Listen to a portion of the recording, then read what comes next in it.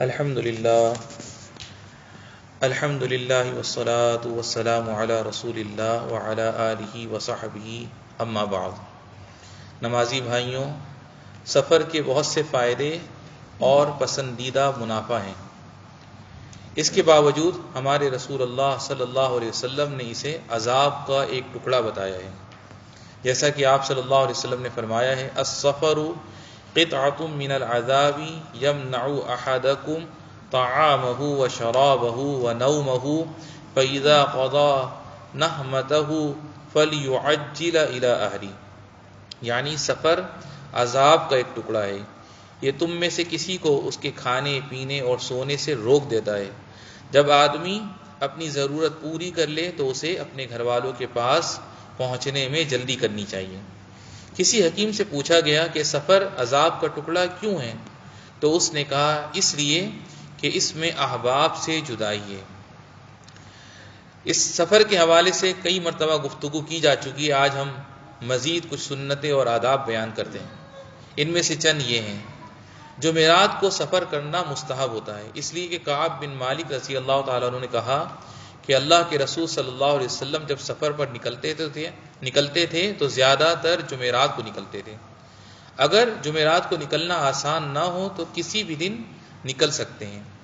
نکلتے وقت سفر کی دعا پڑھنا مستحب ہے۔ اللہ کے رسول صلی اللہ علیہ وسلم جب سفر کا ارادہ کرتے تھے اور سواری پر بیٹھ جاتے تو یہ دعا پڑھتے، سبحان الذی سخر لنا ھذا وما كنا له مقرنین وإنا إلى ربنا لمنقلبون اللهم إنا نسألك في سفرنا هذا البر والتقوى ومن العمل ما ترضى اللهم هون علينا سفرنا هذا وأطوِ عنا بعدا اللهم أنت الصاحب في السفر والخليفة في الأهل اللهم إني أعوذ بك من وعثاء السفر وكآبة المنظر وسوء المنقلب في المال والأهل۔ یعنی ہم اس ذات کی پاکی بیان کرتے ہیں جس نے ہمارے لیے سواری کو مسخر یعنی تابع کیا ہے، جسے ہم تابع کرنے والے نہ تھے، اور ہم یقیناً اپنے رب کی طرف جانے والے ہیں۔ اے اللہ، ہم اپنے اس سفر میں تجھ سے نیکی، تقوی اور تجھے پسند آنے والے اعمال کا سوال کرتے ہیں۔ اے اللہ، اس سفر کو ہمارے لیے آسان کر دے اور اس کی دوری سمیٹ دے۔ یا اللہ، سفر میں تو ہی ہمارا ساتھی اور گھر والوں کی خبر گیری کرنے والا ہے۔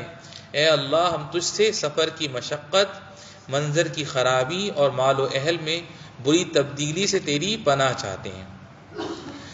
سفر اونچی جگہ پر چڑھتے ہوئے تکبیر اور نیچی جگہ میں اترتے ہوئے تسبیح کہنا سفر میں مستحب ہے، اس لیے کہ جابر بن عبداللہ رضی اللہ عنہ سے مروی ہے، انہوں نے کہا کہ جب ہم دوران سفر چڑھائی پر چڑھتے تھے تو تکبیر کہتے تھے اور نیچے اترتے ہوئے تسبیح کہتے تھے۔ اگر کسی جگہ اترنے کے بعد یہ دعا پڑھ لی جائے تو جب تک وہاں رہے گا تو کوئی چیز اس کو نقصان نہ پہنچائے گی۔ اعوذ بکلمات اللہ التامات من شر ما خلق، یعنی میں اللہ کے پورے کلمات کے ذریعے اس کی پیدا کی ہوئی چیزوں کی برائی سے پناہ چاہتا ہوں۔ جب مسافر کے سفر کا مقصد پورا ہو جائے تو گھر والوں کے پاس لوٹنے میں اسے جلدی کرنی چاہیے۔ جب گھر لوٹنے لگے تو سفر کی دعا کے ساتھ یہ بھی کہنا چاہیے، آئبون تائبون عابدون لربنا حامدون، یعنی ہم لوٹنے والے، توبہ کرنے والے، عبادت کرنے والے اور اپنے رب کی حمد بیان کرنے والے ہیں۔ اللہ کے رسول صلی اللہ علیہ وسلم جب سفر سے واپس آتے تھے تو پہلے مسجد میں جاتے تھے اور 2 رکعت نماز پڑھتے تھے۔ سفر کے دوران مسلمان کو خاص طور پر امانت داری اور دوسرے اچھے اخلاق کا مظاہرہ کرنا چاہیے، اپنے دین اور وطن کی اچھی تصویر پیش کرنی چاہیے اور ملک کی روایات پر ناز اور عزت محسوس کرنی چاہیے۔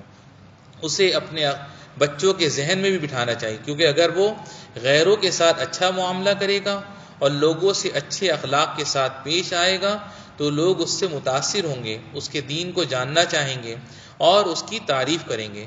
بہت سے لوگ تو مسلمانوں کے اخلاق کو دیکھ کر اور ان کے عمدہ اعمال کو جان کر اسلام میں داخل ہوئے۔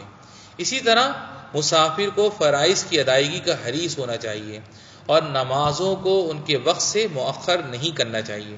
ضرورت کے وقت مسافر کو 2 نمازوں کو ایک ساتھ جمع کرنا چاہیے، جیسے ظہر اور عصر کو، اسی طرح مغرب اور عشاء کو ایک ساتھ پڑھنا چاہیے، لیکن صبح کی نماز کسی دوسری نماز کے ساتھ جمع نہیں کی جائے گی۔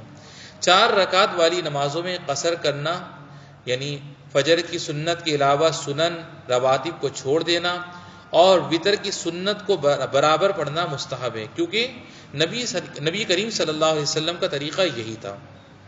مسافر کی دعا انشاءاللہ مقبول ہوگی، کیونکہ حدیث میں ہے ثلاث دعوات مستجابات لا شک فیہن دعوت المظلوم ودعوت المسافر ودعوت الوالد علی ولدی، یعنی 3 دعائیں قبول کی جاتی ہیں، ان کی قبولیت میں کوئی شک نہیں۔ مظلوم جس پر ظلم کیا گیا ہو کی بد دعا، مسافر کی دعا، اور اولاد کے حق میں والد کی دعا۔ مسافر کو چاہیے کہ حرام کی ہوئی چیزوں، شبے کی جگہوں اور برے ساتھیوں سے بچے اور دور رہیں، شرعی لباس کا اہتمام کرے، حلال اور پاکیزہ چیز کھائے، اللہ کی نگرانی کو دھیان میں رکھے جو بہت بڑا ہے، بہت جاننے والا ہے، اور ہر حال میں اور ہر وقت اس شخص کی خبرگیری کرنے والا ہے۔ اسی طرح صبح و شام کے اذکار اور نبوی دعاؤں کی پابندی کرتا رہے۔ اللہ سبحانہ سے ہماری دعا ہے کہ حضر اور سفر میں ہم سب کو محفوظ رکھے۔ وصلی اللہ وسلم علی نبینا محمد وعلی آلہ وصحبہ اجمعین۔